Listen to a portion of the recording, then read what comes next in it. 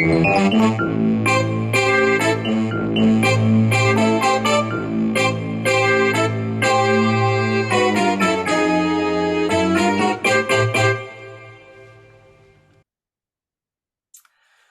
everybody, and welcome to the 140th edition of the Frank and Stan Chat. And this is quite a different sort of Frank and Stan chat. So we're going to break with tradition, and we're going to focus in on some work of an organisation called Headrest, who have produced an annual report recently. And before we get into the sort of mix of that, let's introduce our two guests today. Peter Cockroach, how are you? Very well, thank you. And how are you? Yeah, fine. You're down south. We're up in Manchester area. We've avoided the snow. Yeah. And Ros McMullen, who's been a guest here before. Hello. Hi, Frank. Yeah. Now, we haven't got the video on there, have we? Because you're not 100% today. I'm in bed, Frank, and I think everybody can do without seeing me in bed, really. I'm not dying or anything. I've got a very bad cold and I'm feeling very sorry for myself. Yeah, and you've had 2 days training on JP work, haven't you? Yeah, thankfully online, so I was able to do that with the camera off in bed as well today. Oh, excellent. Yeah. Okay, well, thank you both for joining us. Stan, before we get into it, how are you? Good, I think. I was a bit worried this morning when we were covered in snow, thinking I've got to get to Leeds on Sunday. Not sure.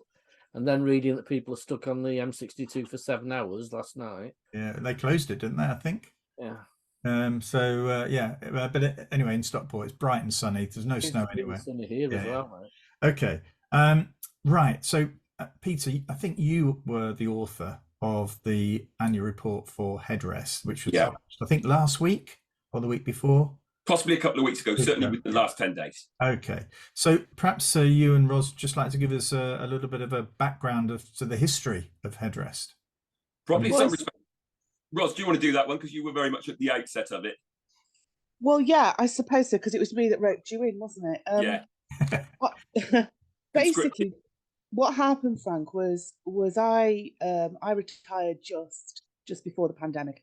I retired August 19. I mean, retired being, it's a bit like your retirement. You know what I mean? Yeah, that was my time as well, Ros. So. Yeah, working full time actually since I retired, but never mind. But when we went into the pandemic, I felt, relief I wasn't running schools, let's be frank, but also tremendously guilty, because actually it became really clear that particularly new head teachers and young head teachers were struggling. I mean, the guidance from the department was woeful, and they were going under. And so I contacted other recently retired NLEs, and said, look, there must be something that we can do. We're not in the system, but surely there's something we can do to help. And Andrew Morrish got back in touch with me and said, look, why don't we form a telephone helpline where they can just talk to, somebody who is a really experienced head in confidence, so we can at least give guidance to those who who aren't networked up and who we're not officially coaching or anything. And so so that's really how Headrest started. And we were very lucky because we'd started with an old mobile phone in a bottom drawer in our house, and I bought a £10 SIM card for it, put up a Twitter account and said, here's the phone number. But Navigate NDC got in touch and said, look, this is great work, we want to sponsor you.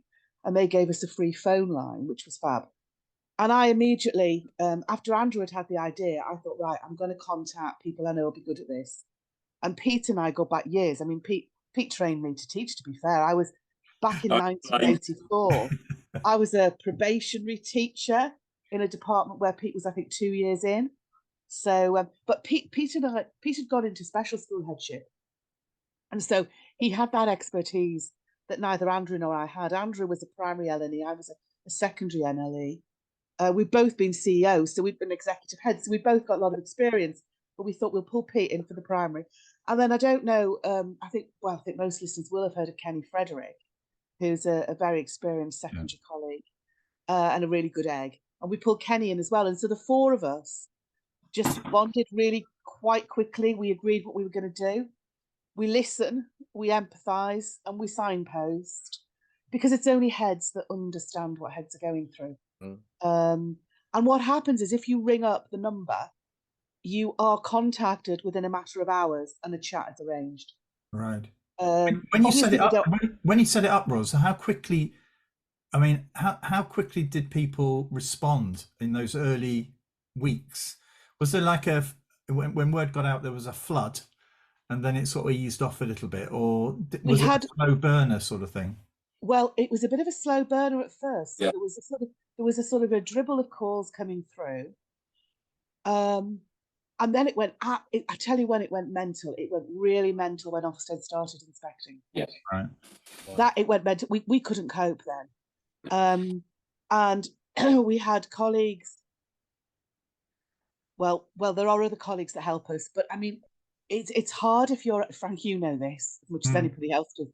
You know, if you're actually running a multi-academy trust or a group of schools, it's really difficult to give your time voluntarily to anything but your own schools.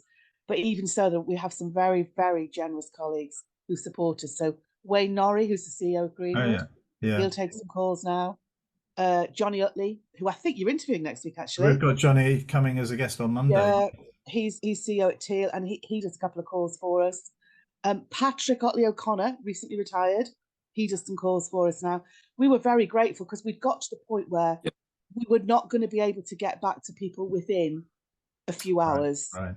And by the time people pick up the phone to us, they can be quite desperate, actually. So we have, but then it's just really weird. I mean, sometimes we've had months where we've maybe had 10 calls in the whole month. And then we had the first 6 days of March, where I think we had more than 10 calls in the first 6 days of March, just this last week. Wow. It went mental again. And it also varies in phases. The early phases, we've got an awful lot of calls from special schools comparative to others in the first stages. And that's almost gone totally the other way now. Right. Yeah. So I get the number, I call you. Do I give you a little bit of the lowdown as to what the issues? I mean, you might not be able to respond straight away. Do I leave it on an answer machine, or how does that work? So you ring up and the answer machine says, "You've rung Headrest. We'll get back to you. Just leave your name and number." And we get back to you within hours. Because what happens then is I get an email. Andrew Morris and I get an email that says, "This number has called you," and we press and we hear the message, and then we send it out. So whatever we're doing, I could be working in a school or be sitting in court and can't deal with it, but I'll send it on our DM thread to the others, and somebody will pick it up within a matter of hours. Now, frequently though, Frank, we've had calls where all you can hear is crying. Really? Oh my God. So I press the button and all I can hear is crying. But what I can see is the number that rang. So I can text the number that rang and say, "This is Headrest. This is Roz at Head. This is Roz. Do you want us to call? Do you want to tell me anything else?" And they'll text that. So because often people just are too upset to even leave a number. We've had some very very distressing calls. I mean, I have to say, Roz, because of the work I've done, I'm not anywhere near the Headrest area, and I'm sure Stan's been in a similar position. Somebody knows you, and they feel as though you're the only person that they can turn to, perhaps would understand. And because of the Ofsted experience I've had, they find that sort of quite useful, because they feel as though I understand that process, the behind the scenes process, and help them. But I sometimes find myself ill-equipped emotionally to cope with it. I mean, all I am is I've had no training to offer that support. It's just me. That's all I'm offering. I mean, have there been times when you felt as though you've wanted to reach out and actually meet these people, or to get directly involved in supporting them? Because that's how I sometimes feel. Well, there's a few things to say about that, really. The first thing is we believe that probably what everybody needs is a good coach. All four of us do coaching. Right. So we can't coach people who are in Headrest, because obviously that would be completely unethical. It's almost like flipping ambulance chasing. So what we did was we put out a call for people who would coach, and actually Pete should say more about this because he manages this really. We have a list, and we will send people a list of coaches who are ex-head teachers who we recommend that they get in touch with and sort out a coach. We do, however, sometimes recall people or stay in touch with people, never for terribly long, but we do. But also, we do provide supervision for each other. Yes, and I think you know, that is really quite important. I mean, I remember the first time I had to say to somebody, right, you've now got to ring up your GP and tell him exactly what you've told me. And when I checked up on him a couple of days later, he'd been sectioned. Right. Gosh. Now that is quite, you know, and we've had a few of those. Yeah. We've had, I think, Pete, you had a colleague regarding another colleague taking their own life, I think. Yeah. Dealt with. Oh, yeah. Oh, wow. So we do provide a degree of supervision for each other around that. And we signpost, Frank. You know, we listen, we empathise, and we signpost. We don't do things we're not qualified to do. No. But when somebody wants to talk to somebody who understands and is experienced and can do the signposting, that's what we take on. Brilliant. Pete, you probably want to say a bit more about that. Yeah. And I think, you know, the range of calls can literally range from those at that extreme end to those colleagues who've hit the abyss of self-doubt and actually quite often just need affirmation from somebody who's done the job. Actually, what they plan to do and what they're doing isn't off the radar. And you can almost feel the wake or hear the sigh of relief at the end of the conversation when you sort of say to them, no, I'd have done all those things. And I think you've handled it brilliantly. And you can almost feel the pressure lift off them in their voice and in their tone.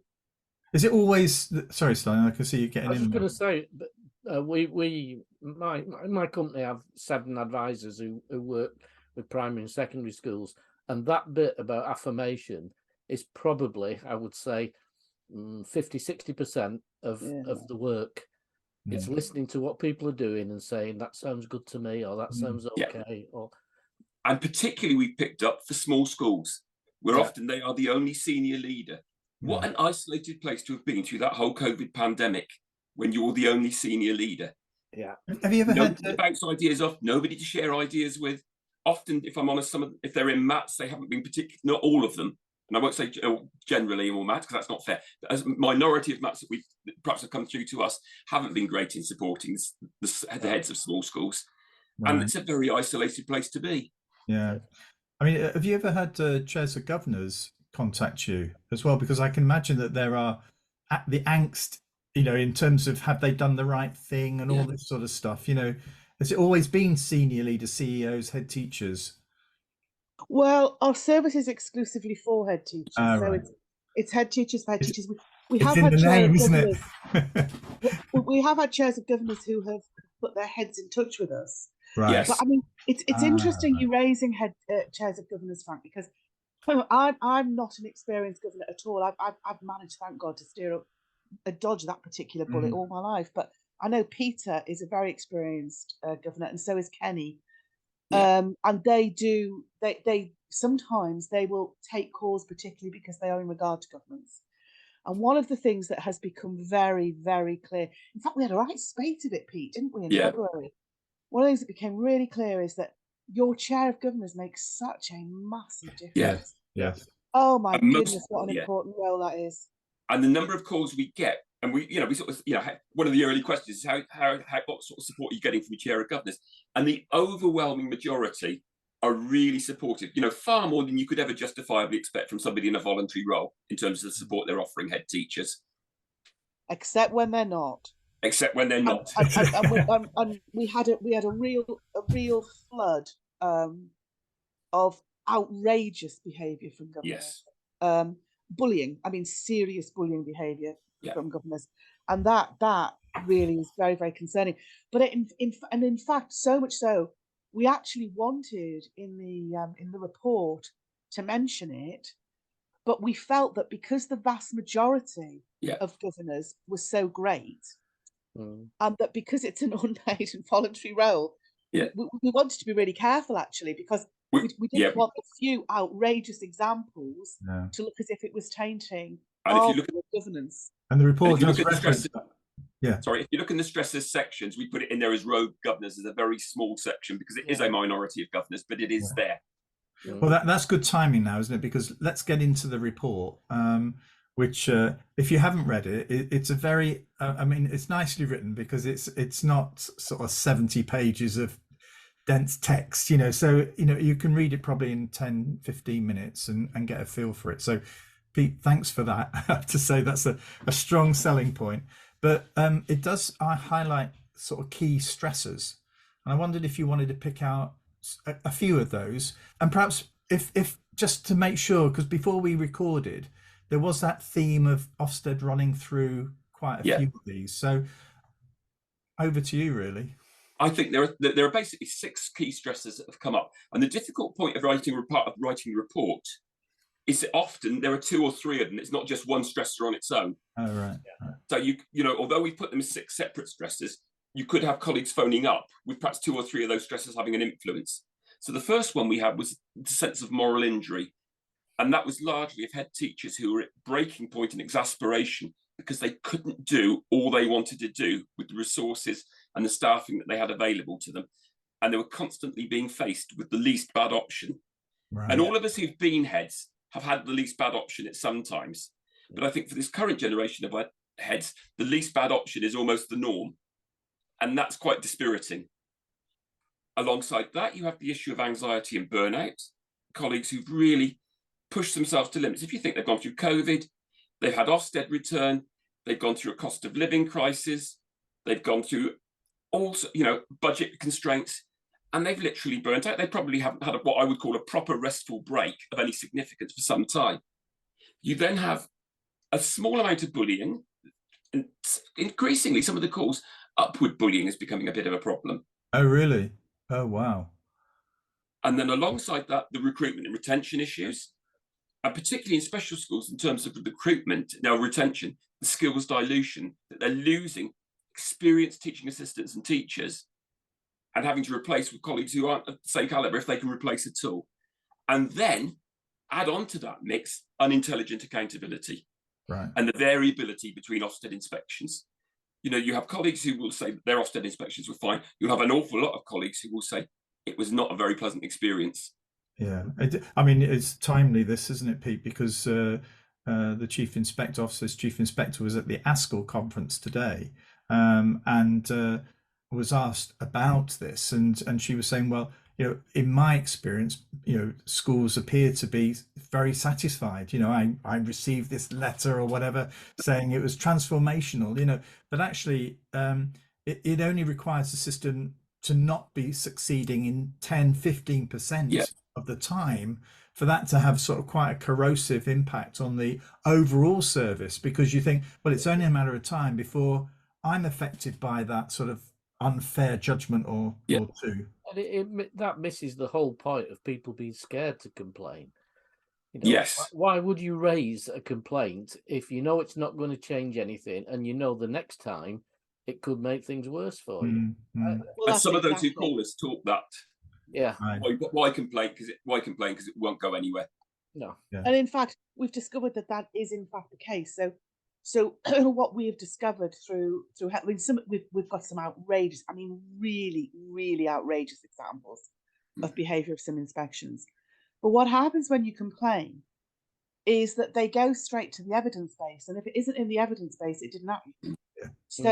So what I would advise head teachers is, as soon as you have a member of staff in tears, as soon as anything at all you don't like, you say to them, I want you to record that, please. You put that in your evidence base now. And actually, I'm quite worried because I think head teachers are really, really frightened of Ofsted and bullied by them. And actually, what head teachers should do, and what I would certainly do now, is I'd walk them off site.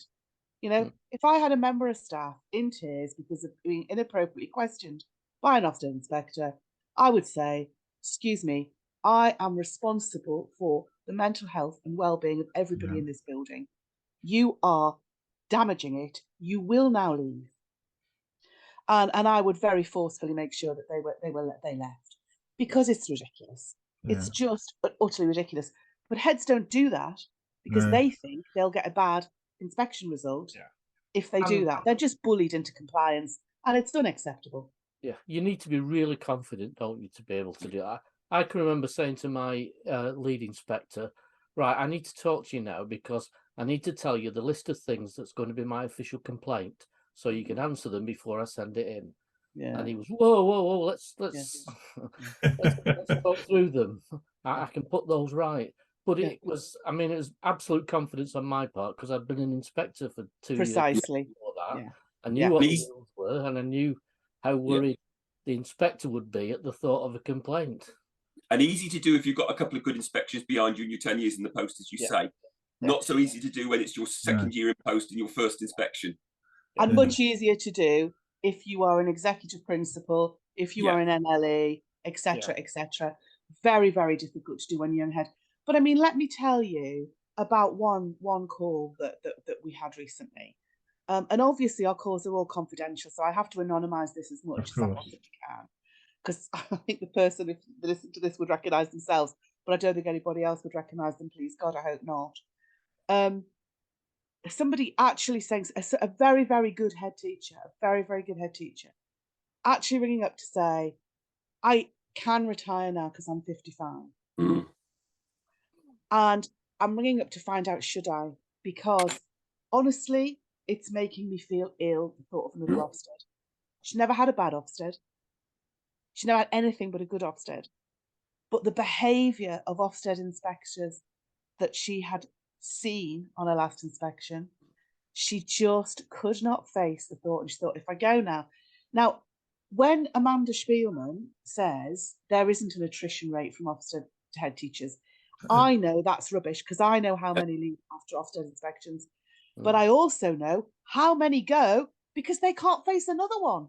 That is outrageous. Go on, Peter. And a line to that is being in the Ofsted window, which is basically coming over more and more in course as being a spirit-sapping, stress-stimulating sword of Damocles hanging over head teachers. Doesn't matter what they ring us about. Doesn't matter what they ring us about, Pete. They always tell us where they are in the Ofsted window, don't they? It's a favourite one of mine on the Frank and Stan chat is the number of heads who, when we were looking at innovation, when we were looking at things schools could do that make things really exciting and better, it was always, well, we'll do that after our next inspection.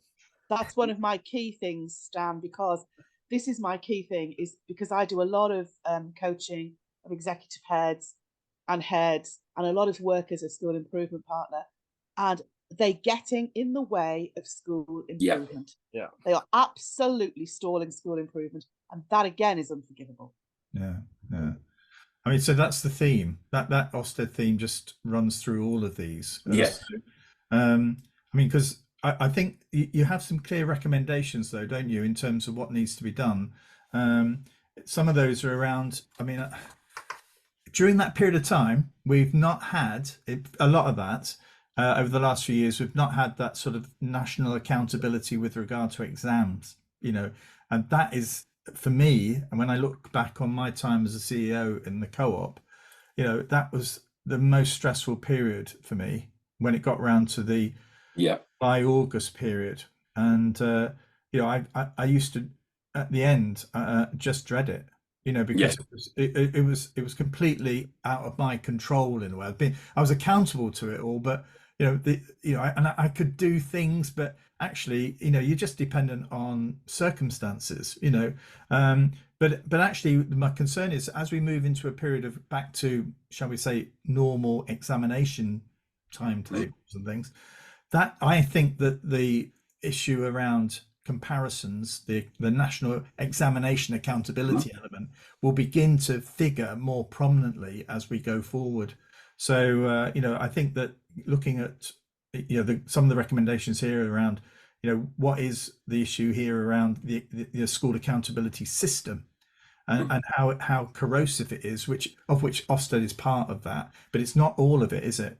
They're all interdependent on each other to a certain extent. And of course, you have regional directors in the DFE, looking at the performance of individual trusts, schools within trusts, and all of that. That's an added element of surprise, shall we say? Those schools sitting on RIs now, a couple of RIs. Wow, that's a different world, a world that we've not had for a while, and thinking, well, what's that going to mean in terms of my mental health and my career progression? So I can't see it's going to ease off unless there's a major change in the accountability structure. Frank, I was appalled to see this business about having league tables around examinations of multi-academy trusts. And you know, Frank, at the end of the market you and I have worked in all our lives. You know, it's what was it Stephen Tierney said to us? Taking on a challenging school is playing Russian roulette with your career. Yeah, that's true. And to now be working to be a trust that specialises in serving the most deprived areas.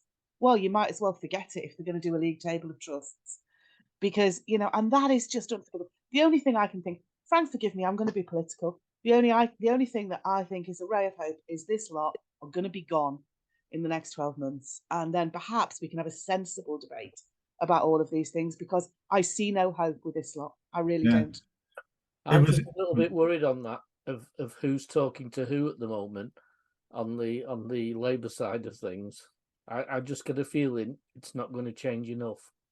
I was heartened though yesterday, was it the day before, where Bridget Phillipson, the shadow Secretary of State, was indicating that in effect head teachers and teachers themselves cannot be held accountable alone for these outcomes. You know, I mean, there is a sense of an understanding that, you know, poverty runs deep across communities, you know, and all of these factors are impacting overall, you know. So I thought, well, that was I don't know the detail of it, but I was pleased to hear that sort of message coming out. And at least the acknowledgement that, you know, this notion that sometimes you hear from some inspectors when schools mention the poverty of their catchment, poverty isn't an excuse. Yes. And those sorts of phrases. Well, actually, no, I've met very few school leaders who've said poverty is an excuse. What they've said is it's a reason that influences performance. Yes. And that really shouldn't be that difficult for anybody to grasp. Yeah. I mean, can I ask a question then? If we've got, there are 2 points to this. I was a generation that was lucky, I think we all were, where you could get to a certain stage in your headship career and find a route out into local authority or into advisory work. And for me, it was through the HMI route. And actually, there aren't quite the same sorts of opportunities that I mean, there are central teams in trusts and there are some sort of advisory bits going on, but actually it's not quite the same place. So I worry about those head teachers who perhaps have reached the end of a wall, and you know, they don't know where there were places they could go to where they could maintain their connection with schools. But actually I feel as though at the moment, you know, the head teachers phoning you up, it's as if they have hit the wall. And there are all those issues then about, well, my mortgage isn't paid off, I can't retire early. No. You know, I want to leave, but I've got too much invested here. The kids are going to a local school and whatever, all this stuff that's spinning in their heads at the time. You know, that actually those opportunities to just shift the direction a bit have gone. And even just to move into consultation in the time when there are massive budget constraints. Yes. That option of budget going into consultation work 5 or 10 years ago was much more possible than it is now, or much more likely to succeed. The other thing I wanted to mention was, and I don't do this, but the training and induction of new head teachers. You know, in a way, if this number, and I think the messages you're giving us, Stan and I, we hear these.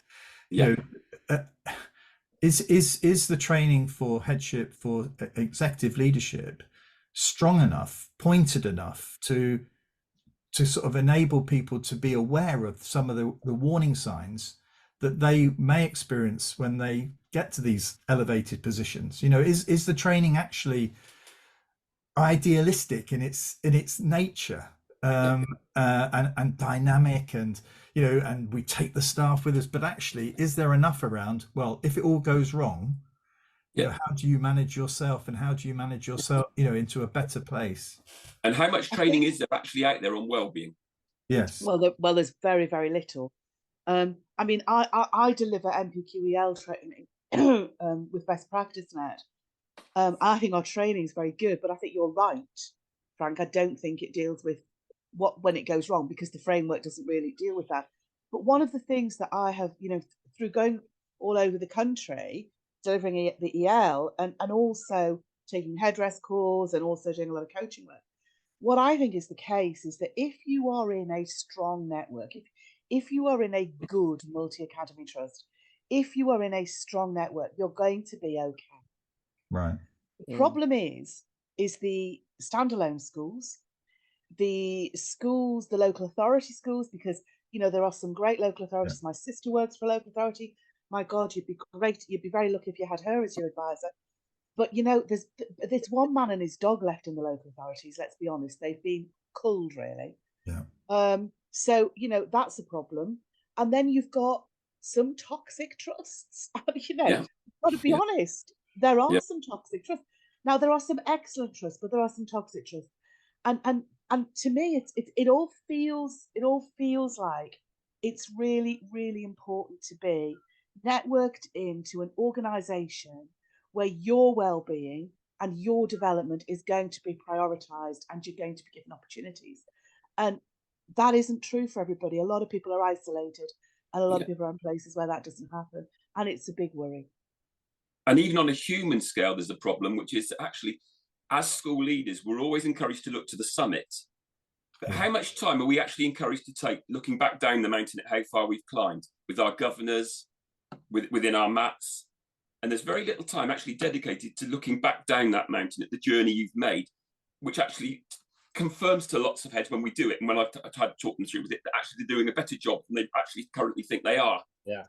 Yeah. I did some work with a group of heads on the culture of the school, and I'd done a grid of different examples of where culture is toxic to where it's really positive. And I said, what I don't want you to do is pick where you are. Yeah. I want you to pick where you were, you know, some years ago, and then track where you've come to, because that's very different from picking a box and saying, oh, we're still only in the middle. Yeah. We'll always have a long way to go, but just look at where you've been first. Yeah, absolutely. Well, what's the website address? It's headrestuk.co.uk. Right. And there's a lot of good materials on the website, because I mean, I don't do the website because I'm technologically rubbish, but Andrew Morris does the website. We all have our different skills. Peter is extremely good writer, as you've noticed. So yes. when we need to write things, Peter does the writing. Andrew does the technology, and I'm just a bit of a mouth. So I would say, thank goodness that you're there, and I've been able to push people towards you. And it's really sad, though, isn't it, that it exists in the first place? Yes. But I would. Go on, Peter. And I don't think any of us envisaged that we'd still be going on 3 years on after. We didn't think we'd be going at 2023. We thought we'd do the COVID era and things would settle again, but it hasn't. But just to go back, I mean, it looks as though the numbers of contacts over the last few weeks seem to have increased. They've risen. The thing I'd want to say about that as well, though, Frank, is that the numbers have gone a bit mental recently. But I think that is because, and we've had this, a lot of people ringing to say, thank God, when I read your report, I thought it's not just me. And I think people have found the report validating. I was a bit concerned, actually, when Pete had done the draft report. I sort of said, maybe, we should tone this down. This will annoy government ministers. This will annoy. Sometimes it's better to be a little bit, less hard hitting. And I was a minority of one, because the rest of the gang said, no, we're going to be hard hitting. So I lost the argument. Good on and them. I'm really pleased I lost the argument, because I was wrong and Pete and Kenny and Andrew were right. Because the amount of people who have found it validating to see that actually they are not alone. This is actually how other people feel as well. And I think that's part of the reason we've been getting more calls. Well, I'll bring it to a close there, Stan. Unless you have a final word. Because I've referenced this book before, but I don't think it's widely available. I bought it second-hand from a second-hand bookshop.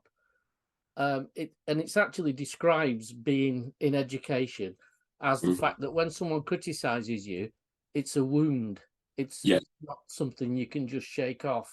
And the more wounded you are, the chances are you either become stronger or you can't cope with it. And it's a really interesting, because I used it to talk to head teachers about the big secret in education is that everybody gets wounded and nobody tells anybody else about it. No. And one of the things we recommend in our report is that particularly new heads should have access to an independent mentor or coach outside of the school system, outside of the SIP system, who's basically a silo who they can offload to, and actually offload those very wounds that you're talking about. Yeah. And to do it safely. Yeah.